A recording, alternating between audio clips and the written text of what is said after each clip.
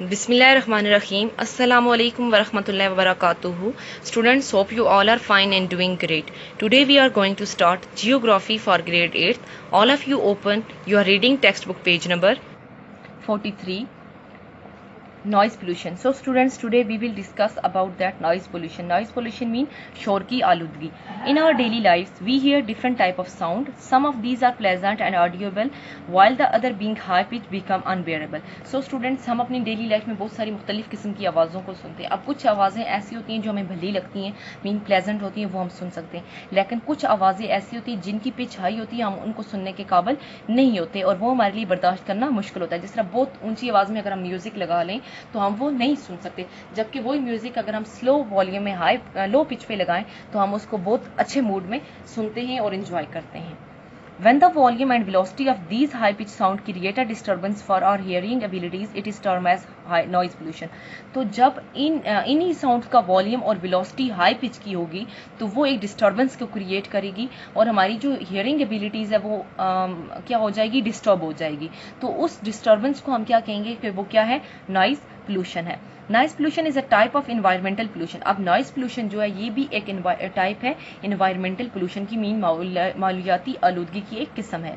These unwanted sound negatively impact physically and psychological health of the listener. The common source of noise pollution are vehicular traffic, air traffic, factories, and undesired use of pressure horns. Noise pollution not only disturb the human but also affect the terrestrial and aquatic life.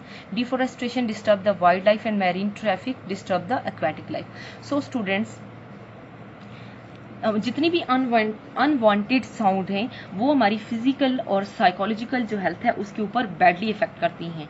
अब जो noise pollution है उसके sources क्या हैं, air traffic हो सकती है, factories हैं, undesired use of pressure horns हैं. और जो नॉइज पोल्यूशन है वो सिर्फ ह्यूमन बींग्स को डिस्टर्ब नहीं करती बल्कि हमारी जो टेरेस्ट्रियल और एक्वेटिक लाइफ है उसको भी वो अफेक्ट करती है. अब क्या होगा, जो वाइल्ड लाइफ में हमारे पास हैं मैरीन ट्रैफिक, अब वाइल्ड लाइफ हमारे पास है, डिफोरेस्टेशन क्या करेगी, डिस्टर्ब करेगी वाइल्ड लाइफ और मैरीन ट्रैफिक को, मीन हमारी जो बोट्स और शिप्स हैं उनको भी ये डिस्टर्ब करती है. Causes of noise pollution. कौन कौन सी वजूहात हैं नॉइज पोल्यूशन की या कौन सी वजह है नॉइज पोल्यूशन की. The unnecessary and careless use of modern audio video equipment, washing machine, air cooler, grinder machine in our domestic life promote noise pollution in houses and neighborhood. अब students हमें पता है कि कौन कौन सी वजूहत है नॉइज पोल्यूशन की.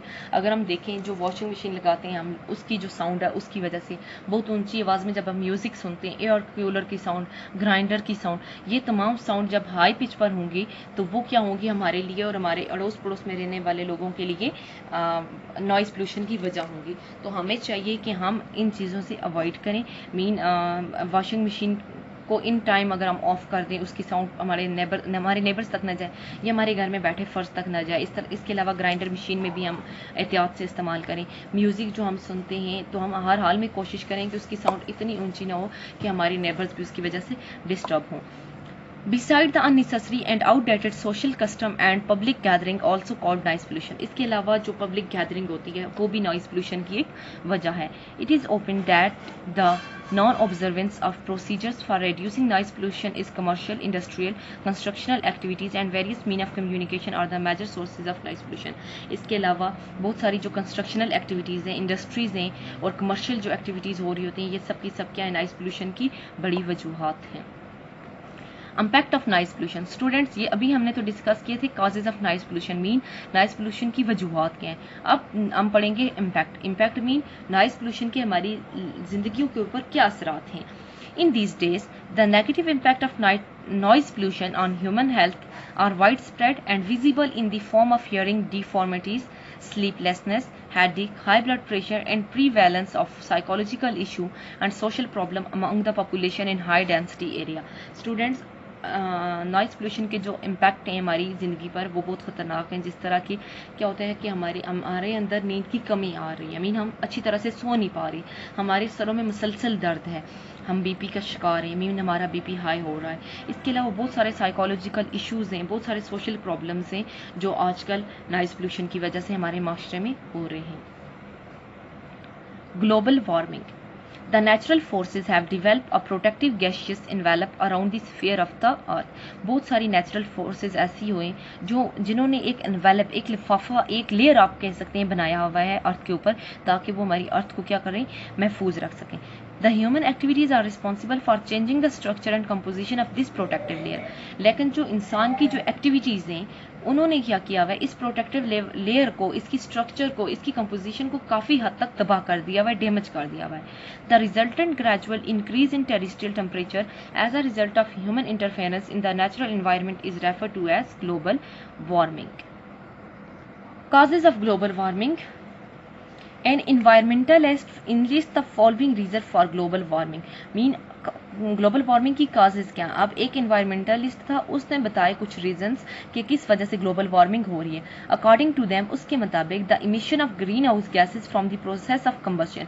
मीन ग्रीन हाउस गैसेज का बहुत ज़्यादा अखराज, जब भी कोई चीज़ जल रही होती है तो उससे ग्रीन हाउस गैसेज निकल रही होती हैं, तो उसकी वजह से ग्लोबल वार्मिंग ज़्यादा हो रही है. As result of commercial, industrial, transportational and domestic activities. इसके अलावा ये तमाम एक्टिविटीज़ जब हो रही होती हैं, इनकी वजह से क्या हो रही है, हमारी ग्लोबल वार्मिंग हो रही है. Deforestation, land and air pollution और the other main contributed for increasing the speed and scale of global warming in present time. इसके अलावा डिफोरेस्टेशन, लैंड, एयर की जो पोल्यूशन है, ये बहुत ये मैन कंट्रीब्यूटेड है. मीन ये क्या कर रहे हैं, इसकी वजह से ग्लोबल वार्मिंग जो है अभी के टाइम में बहुत ज़्यादा बड़े पैमाने पर हो रही है. Impact of global warming. अब ग्लोबल वार्मिंग के असरात क्या होंगे. Global warming negatively impact the natural environment. सबसे पहले ग्लोबल वार्मिंग का जो इम्पैक्ट होगा, नेगेटिव इम्पैक्ट होगा, वो हमारे नेचुरल मीन कुदरती माहौल पर होगा. By increasing the sea level. तो सी लेवल क्या होगा, बढ़ जाएगा. ग्लेशियल मेल्टिंग मीन बर्फ के जो बड़े तोदे हैं वो क्या हो जाएंगे, पिघल जाएंगे. सैलाब आएंगे एंड ड्राउट और कहत साली पड़ेगी. इंक्रीज इन ग्लोबल टेम्परेचर, और हमारा जो ग्लोबल टेम्परेचर है वो बढ़ जाएगा. प्रीवैलेंस ऑफ द हेल्थ प्रॉब्लम, बहुत सारी जो सेहत के मसाइल हैं वो जन्म लेंगे among organism. Deforestation and fluctuation in the cycle of precipitation. तो ये तमाम क्या हैं, ग्लोबल वार्मिंग के इफेक्ट हैं. Greenhouse effect. Carbon dioxide, water vapour and dust particle absorb the terrestrial heat emission and keep the lower atmosphere warm for organic life. The process is called greenhouse effect. अब जो carbon dioxide है, water vapours हैं, dust के जो particles हैं, ये क्या करते हैं, हीट को एब्जॉर्ब करते हैं और एटमॉस्फेयर का जो और एटमॉस्फेयर को लोअर रखते हैं, warm for organic life. Organic life के लिए जो एटमॉस्फेयर है उसको कम लोअर एटमॉस्फेयर को वार्म रखते हैं. अब इस प्रोसेस को हम क्या कहते हैं, ये क्या है, ग्रीन हाउस इफेक्ट है. It keep the terrestrial temperature suitable at 15 degree Celsius for the life. अब ये क्या करता है, टेम्परेचर को 15 डिग्री सेल्सियस पर रखता है जिंदगी के लिए. The uncontrolled increase in the amount of carbon dioxide. Carbon dioxide की जो मकदार है जिसे हम कंट्रोल नहीं कर पा रहे, मीथेन है, क्लोरोफ्लोरोकार्बन है, डस्ट के जो पार्टिकल्स हैं, वाटर वेपर्स हैं, एयर, ये क्या करते हैं, एयर पोल्यूशन को कॉज करते हैं, जो क्या करती है, अल्टीमेटली ग्लोबल वार्मिंग को कॉज करती है और जो प्रोटेक्टिव जोन है उसको डैमेज कर रही होती है. The industrial revolution speeded up the carbon emission by increased burning of fossil fuel for industries and mechanical activities. इसके अलावा जो कंबशन से जितनी भी गैसेस का अखराज है उसकी वजह से भी जो प्रोटेक्टिव लेयर है वो डैमेज हो रही है. अब कौन कौन सी स्ट्रैटेजी हैं जो यूज़ होती हैं. Strategy for reduction of environmental pollution. Environmental pollution को रिड्यूस करने के लिए कुछ स्ट्रैटेजी हैं जिसे हम पढ़ेंगे. The following strategy may prove fruitful for reducing the level of resources depletion and environmental pollution. Environmental pollution को रिड्यूस करने के लिए कुछ स्ट्रैटेजी हैं जो क्या हैं. Proper disposal of waste material. अगर हम वेस्ट मटेरियल को प्रॉपरली डिस्पोज कर लें. Cleanliness, minimize the use of plastic bag. Plastic bags का इस्तेमाल कम से कम कर दें या उनका इस्तेमाल ही ख़त्म कर दें. Optimal use of energy resources. अगर हम एनर्जी रिसोर्सेज के जो इस्तेमाल है उसको भी कम कर सकें. ग्रीन वैल्यूज़ को अगर हम प्रमोट करें डेली लाइफ में, ज़्यादा से ज़्यादा अगर हम दरख्त लगाएं. Promotion of plantation and awareness about the environment. अगर हम ज़्यादा से ज़्यादा दरख्त लगाएं और लोगों को अवेयरनेस दें कि वो भी ज़्यादा से ज़्यादा दरख्त लगाएं ताकि हमारा जो माहौल है वो साफ़ सुथरा हो और नेचुरल हो. And our responsibility towards environmental protection are keys to protect and keep an environment green and clean for all form of life. Students, अगर हम ये तमाम स्ट्रैटेजी को अपनाते हैं तो हम किसी हद तक अपने माहौल को कुदरती और साफ बनाने में अपना हिस्सा डाल सकते हैं। तो हमें चाहिए कि हम ज़्यादा से ज़्यादा लोगों को अवेयरनेस दें कि वो ट्रीज़ को कट डाउन ना करें, बल्कि उसके बजाय ज़्यादा से ज़्यादा पैमाने पर दरख्त लगाएं, ताकि हमारा जो एरिया है, जो हमारा इन्वायरमेंट है, वो ज़्यादा से ज़्यादा ग्रीन और क्लीन हो। हर फॉर्म ऑफ लाइफ के लिए लाजमी है कि हम ह्यूमन बींग्स के लिए हो, हमारी जितने भी एनिमल्स हैं उनके लिए हो, हमारी जो एक्वेटिक लाइफ है उनके लिए हो। तो ये तमाम स्ट्रेटजी ऐसी हैं जिसकी वजह से हम इन्वायरमेंटल पोल्यूशन को कम से कम कर सकते हैं। exercise of this unit, describe the causes and impact of global warming. So students, हमारा लॉन्ग क्वेश्चन है फर्स्ट, उसमें हमने क्या बताना है, causes और impact बतानी है ग्लोबल वार्मिंग की। सबसे पहले हम क्या बताएंगे, causes of global warming. The main causes of global warming are deforestation, land and air pollution, the emission of greenhouse gases from the process of combustion as result of commercial, industrial, transportational and domestic activities are responsible for global warming. So students, global warming की जो main causes हैं वो क्या है, deforestation. अब deforestation का क्या मतलब है, वीरान होने का मतलब, वीरान होने का मतलब मीन ऐसी जगह जो बंजर हो, वीरान हो। लैंड एंड एयर पोल्यूशन, इसके अलावा हवा की और जमीन की आलूदगी, ग्रीन हाउस गैसेज जो एमिट हो रही होती हैं, प्रोसेस ऑफ कंबस्शन मीन जलने के अमल से जितनी भी ग्रीन हाउस गैसेज की एमिशन होती है वो, और इसके अलावा कमर्शियल, इंडस्ट्रियल, ट्रांसपोर्टेशनल एक्टिविटीज हैं, ये सारी एक्टिविटीज किसकी रिस्पॉन्सिबल हैं, ग्लोबल वार्मिंग की रिस्पॉन्सिबल है। स्टूडेंट्स, आपको फिर से एक्सप्लेन कर देती हूँ कि ग्लोबल वार्मिंग की काजेज में क्या क्या है। डिफोरेस्टेशन में वीरान होने का अमल है, हवा की और लैंड की जो आलूदगी है उसकी वजह से, इसके अलावा ग्रीन कमर्शियल के अमल से जितनी भी ग्रीन हाउसेज गैस एमिट होती है वो, अच्छा कमर्शियल, इंडस्ट्रियल और ट्रांसपोर्टेशनल जितनी भी एक्टिविटीज ह्यूमन बींग्स कर रहे होते हैं वो सारी की सारी क्या करती हैं, ग्लोबल वार्मिंग को काज करती हैं।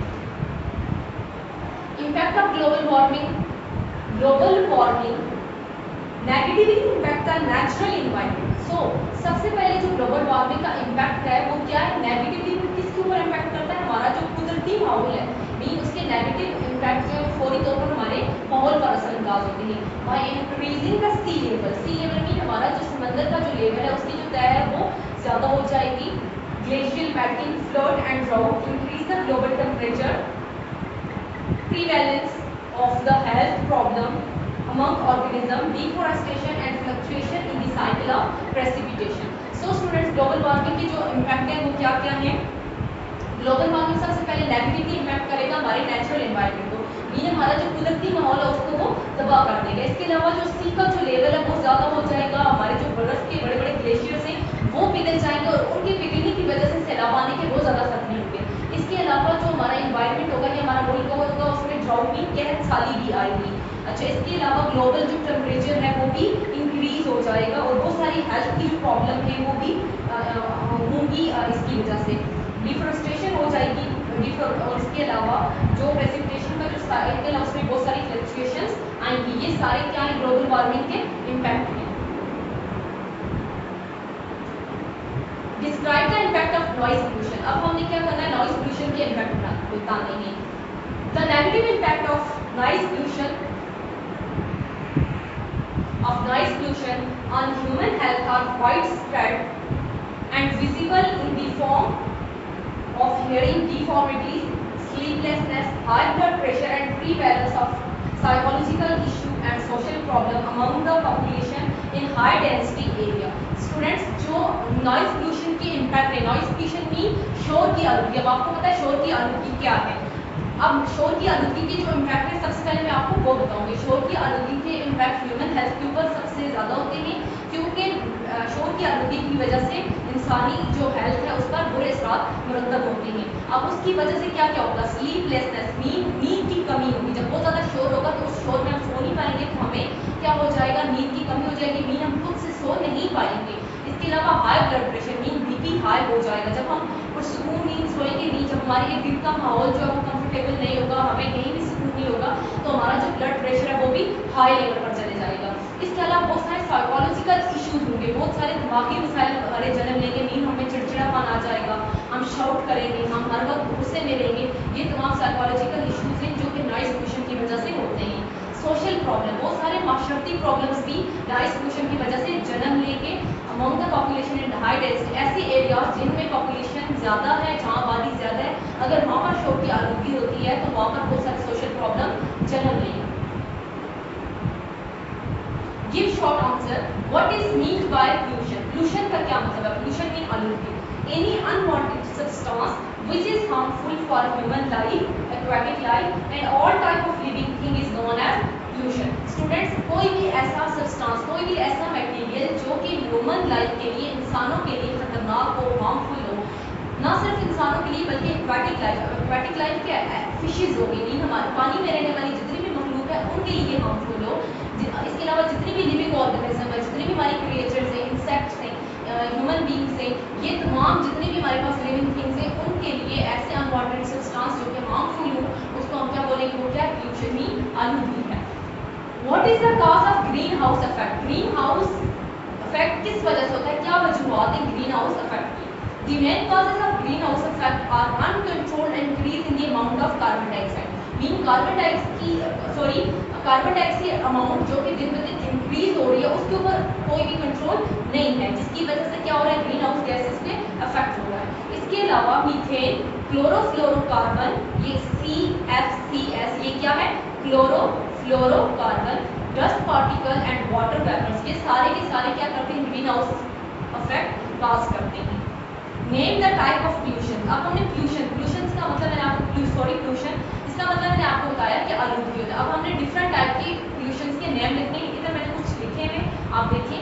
Air pollution, water pollution, soil pollution, noise pollution. इसके अलावा एनवायरमेंटल पोल्यूशन होती है, लैंड पोल्यूशन होती है, रिवर पोल्यूशन, बहुत सारी पोल्यूशन होती है, ठीक है। तो आप इन फोर को जो मैंने बताया है इनको ज़हनशीन कर लें। कौन सी हमारे पास अगेन रिपीट कर रही हूँ?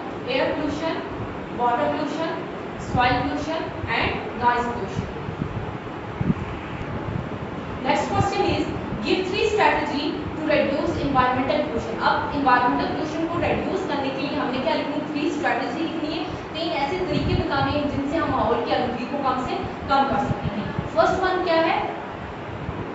Proper disposal of waste material. Mean हमारा वेस्ट मटेरियल, हमारे घर का जितना भी कचरा है, जो गार्बेज हम फेंकते हैं, हम फ्रूट्स खाते हैं उसके उनके छिलके, इसके अलावा जितने भी रैपर्स हैं, जो चीज़ें हम लाते हैं उनको अगर हम प्रॉपर्ली डिस्पोज कर लें, मीन हमें चाहिए कि हमें अपने घर के इर्द गिर्द, घर के अंदर या गली में उसको ना फेंकें, बल्कि प्रॉपर्ली उसको दरिया में जाकर फेंकते हैं, या ऐसी जगह जहाँ पर गवर्नमेंट ने बड़े बड़े टैंकर्स लगाए हों वेस्ट मटेरियल के डिस्पोजल के लिए। हमें उन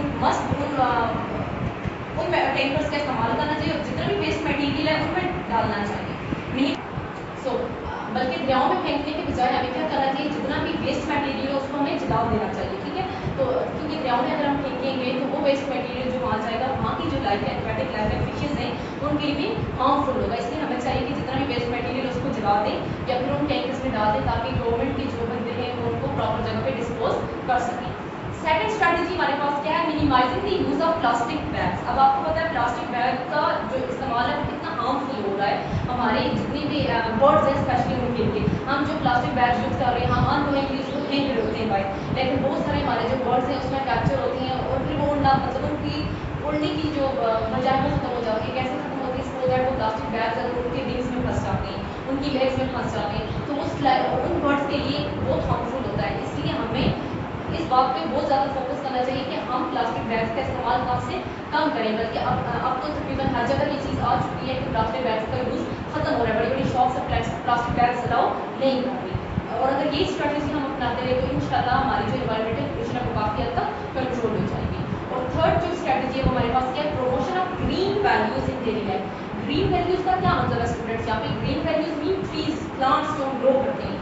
अगर हम ज़्यादा से ज़्यादा दरख्त लगाएंगे तो भी हम अपने माहौल को आलूगी से पाक रख सकते हैं। लेकिन आजकल क्या हो रहा है? चूँकि आबादी बढ़ रही है, पॉपुलेशन में दिन ब दिन इजाफा हो रहा है, उसकी वजह से लैंड जो है वो खत्म हो रही है, क्योंकि हम ट्रीज को कट डाउन करके वहाँ पर न्यू घर बना रहे हैं। तो हमारी कोशिश ये करनी चाहिए कि हम ज़्यादा से ज़्यादा अपने घरों में, अपने इर्द गिर्द, अपने बागात में ग्रीन प्लांट्स को लगाएं, पौधे लगाएं। अगर हमारे पास ज़्यादा स्पेस नहीं है तो हम गमलों में ही छोटे छोटे पौधे लगा सकते हैं, क्योंकि आपको पता है पौधे आपको क्या देते हैं?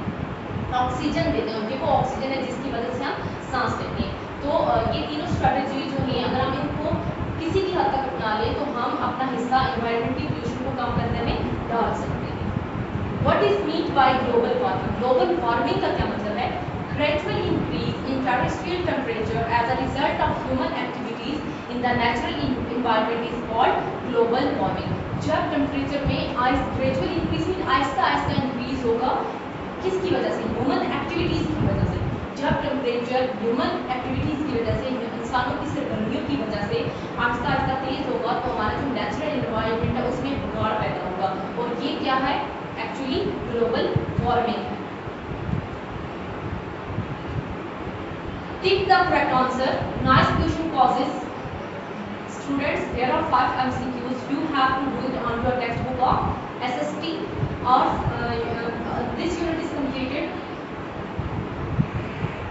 Now it's your home task. You have to make 5 MCQs from each topic of this unit and write all the questions on your notebook of SST. Jazakallah, fi amanillah.